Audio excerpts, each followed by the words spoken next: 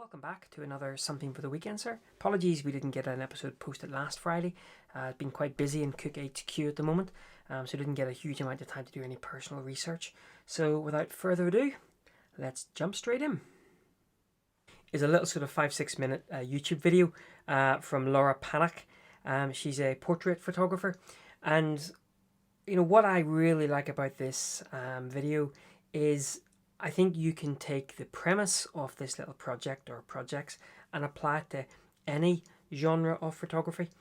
So what she'll quite often do, and quite often she'll do these between some of her major projects, she'll just kind of jump on a train. I think she calls it train roulette or something, and she'll just travel somewhere.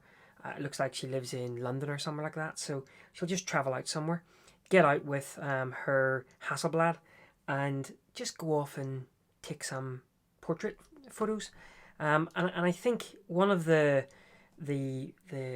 really great things about doing something like that it's kind of takes her out of her comfort zone, and she ends up, like, some days, as she says, she comes back with no images, but sometimes she comes back with, you know, a couple of images or a bunch of images that form part of a project. And I think I've spoken about this before.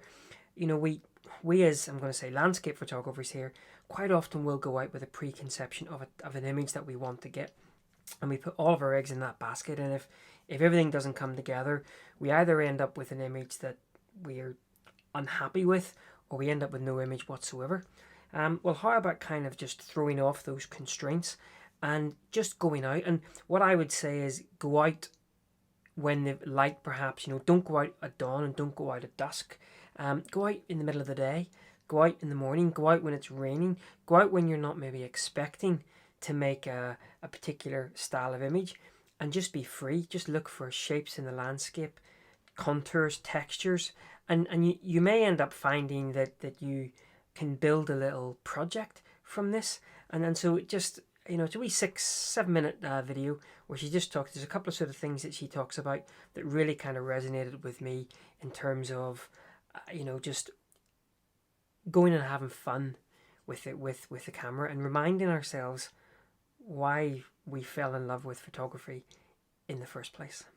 Okay, so this next link is actually, it's not related directly to Laura's work, but just if you looked at some of the images that Laura has, the whole look and feel of some of the film photography and some of those Hasselblad images. Well, of course, one of the fantastic things that you get with Fujifilm is film simulation, and I really do love the film simulations that you get with the Fujifilm cameras. The sort of classic chrome would definitely be one of my favorites, and in fact, I've actually been working on a little project specifically in classic chrome, but more on that at some point in the future. Anyway, I've always known that people out there are tweaking and twonking the sort of Fujifilm baseline simulations to sort of try to bring them into some of the other popular and maybe less known simulations that were available back in the film days.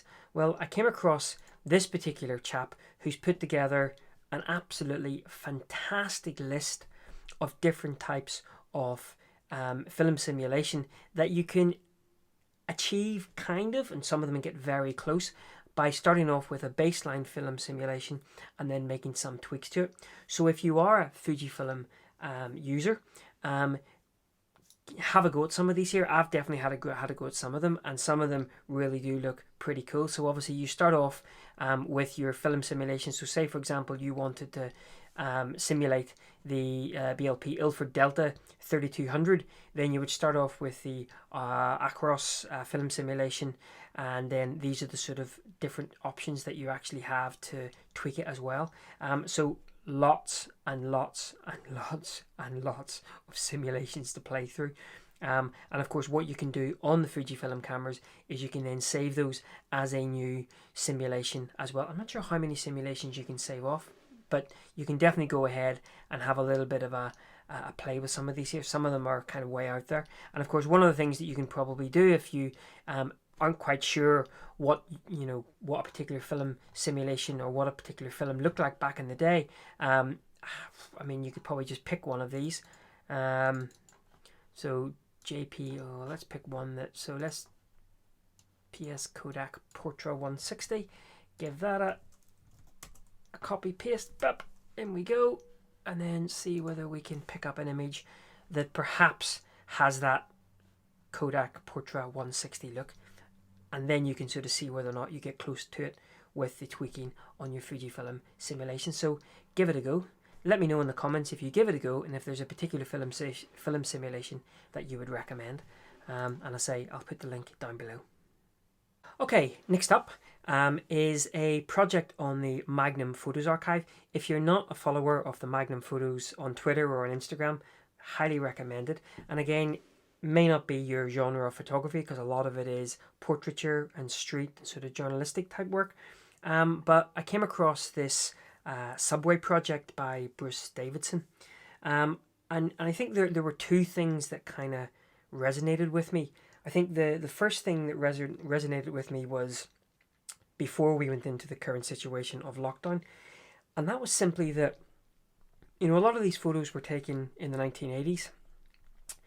And, you know, immediately I sort of look at some of the characters in there, especially some of the older characters.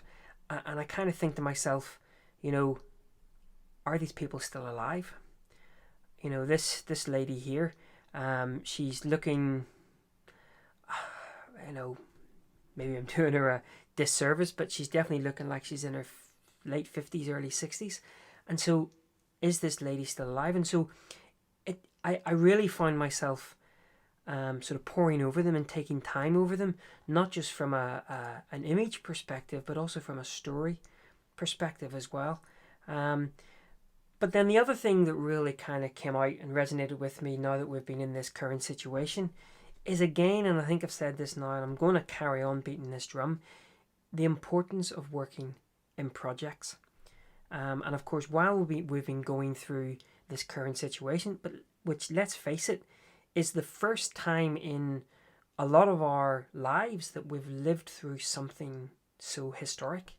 I don't think anything like this has, you know, is there anyone watching this who was in one of the wars and things like that? Probably not. So this is for our generation, that moment. And are we capturing, I'm not saying, I'm not advocating going out and, you know, breaking lockdown rules, but is there something that we're working on that will be tangible when hopefully things start to return to some kind of normalish? And so that's kind of what really resonated again with me here. Just that whole, you know, the whole story to it. And, you know, it is something that now you can look back on, and there is the story of the individuals, and you're kind of wondering yourself kind of what's going on here. I mean, wow.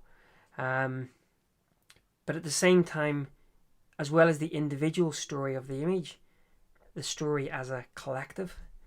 And that's certainly, you know, in these last sort of 6 months, I have really started to think more about projects, mini projects, long running projects, because certainly I feel that, you know, images hold better together as that project rather than that individual image. So yeah, check out Bruce Davidson's work. He's done a whole bunch of work, but I really sort of was drawn to his work on the subway. Fantastic.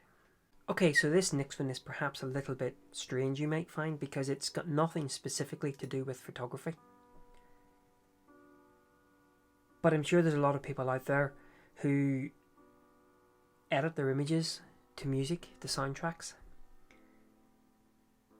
And certainly one of the things that I find as I'm editing to music, that can sometimes sort of change how the photo sort of looks one way or another. And so recently I've been trying more and more to edit images to a more softer soundtrack. And that can sometimes be difficult to come across. Well, this is an 8-hour performance by Max Richter. And it is absolutely beautiful. Even if you're not planning on using this to edit your images, then even just listening to it as you maybe drift off to sleep, it is absolutely chillingly, hauntingly beautiful.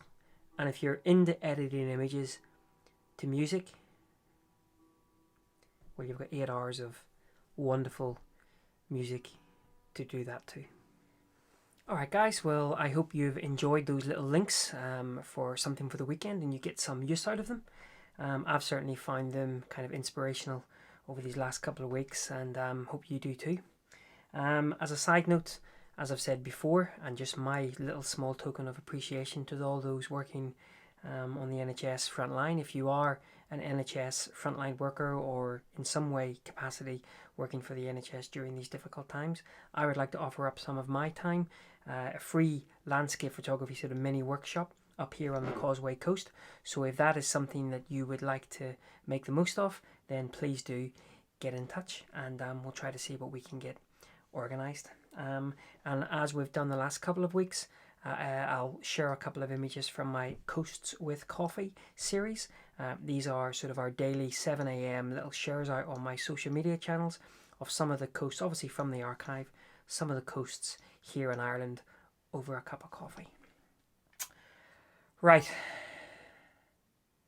it's yard time, and then I think it's spin bike time, and then I'll probably just lie down for the rest of the evening. Anyway guys, until next time, take care, bye bye.